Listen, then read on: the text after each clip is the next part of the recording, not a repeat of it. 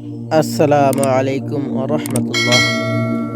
আজ আমরা রাসূল সাল্লাল্লাহু আলাইহি ওয়াসাল্লামের জীবনের ৭টি গুরুত্বপূর্ণ অভ্যাস জানব, যা মানবদেহের জন্য অত্যন্ত উপকারী এবং বিজ্ঞানীরা ওনার প্রাত্যহিক জীবনের কার্যাবলী নিয়ে গবেষণা করেছেন এবং মুসলিম বিজ্ঞানীরা এই ৭টি অভ্যাসকে শ্রেষ্ঠ অভ্যাস বলেছেন। ১. সকাল সকাল ঘুম থেকে জাগ্রত হওয়া।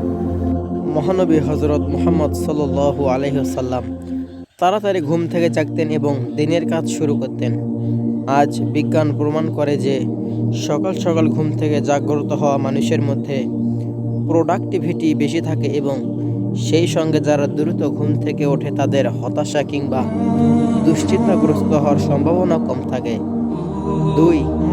স্বল্প আহার গ্রহণ করা। মহানবী হযরত মুহাম্মদ সাল্লাল্লাহু আলাইহি ওয়াসাল্লাম রোগ ও অসুস্থতা প্রতিরোধ করার জন্য কম খেতেন।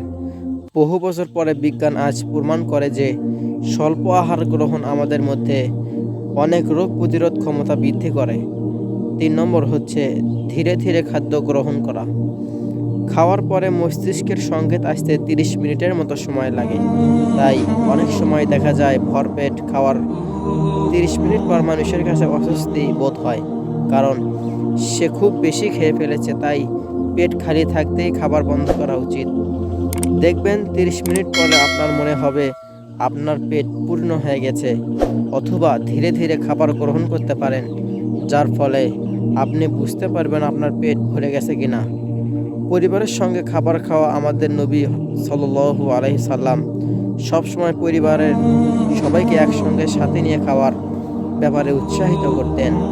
আজ বিজ্ঞান বলে পরিবারের সবাই একসঙ্গে খাবার খেলে অনেকাংশে মানসিক চাপ কমে যায়। ৫ নম্বর হচ্ছে ৩ নিঃশ্বাসে পানি পান করা। মহানবী হযরত মুহাম্মদ সাল্লাল্লাহু আলাইহি সাল্লাম ৩ শ্বাসে পানি পান করতেন। এটা সুন্নাহ।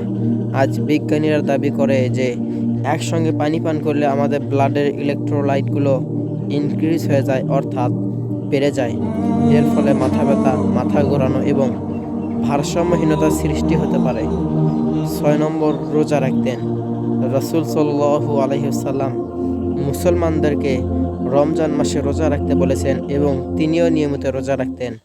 আর জাপানি বিজ্ঞানীরা রমজান মাসে রোজা ঘোষণা করেছে এবং তারা বলেছে যে রোজা অত্যন্ত স্বাস্থ্যকর এবং শরীরের ক্যান্সার কোষগুলির বিরুদ্ধে লড়াইয়ে সহায়তা করে। সর্বশেষ এবং ৭ নম্বর হচ্ছে সুস্থ থাকা।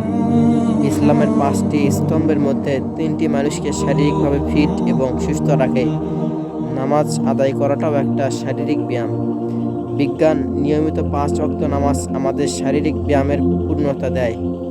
নবী সাল্লাল্লাহু আলাইহি সাল্লামের অভ্যাসগুলো যদি আমরা আয়ত্তে আনতে পারি, তাহলে একই সঙ্গে তার সুন্নতের অনুসরণ এবং এর পাশাপাশি আমাদের আর্থিক লাভ হবে এবং শারীরিকভাবেও সুস্থ ও সবল থাকতে পারবো। আল্লাহ পাক আমাদের সবাইকে এই ৭টি বিষয় মেনে চলার তৌফিক দান করুন।